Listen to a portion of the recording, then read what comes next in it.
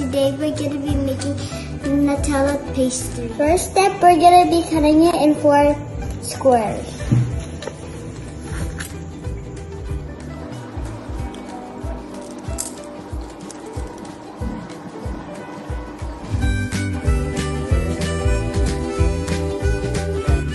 Putting Nutella on this square, put one of the sides of the pastry onto the Nutella.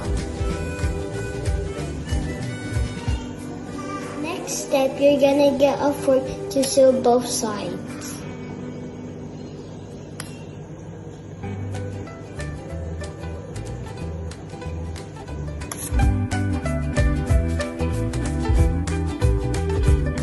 Put the Nutella puff pastries into the skillet.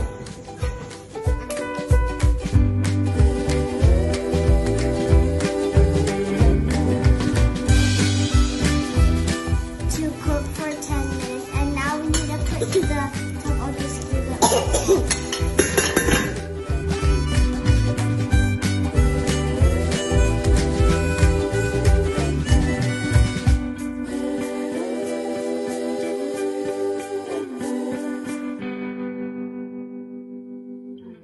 The Nutella puff pastries.